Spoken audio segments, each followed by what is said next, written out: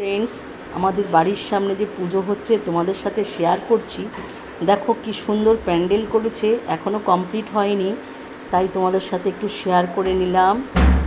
ওখানে মেলা বসছে, মেলার নাগরদোলায় এসেছে, একটা দুটো ফিট হয়েছে, আর বাদবাকি সমস্ত পসরা সব বন্ধ করা আছে।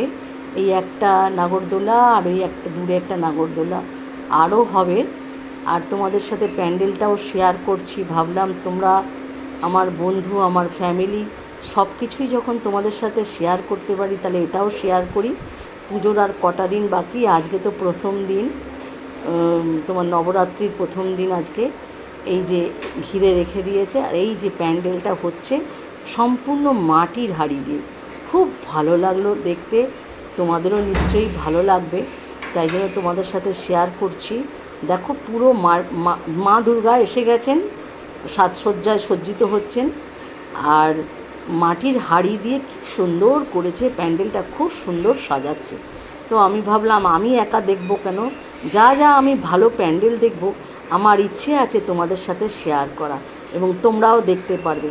এই যে দেখো পুরো প্যান্ডেলের ভেতরটা পুরো মাটির হাঁড়ি দিয়ে করা, তাই তোমাদের সাথে শেয়ার করলাম।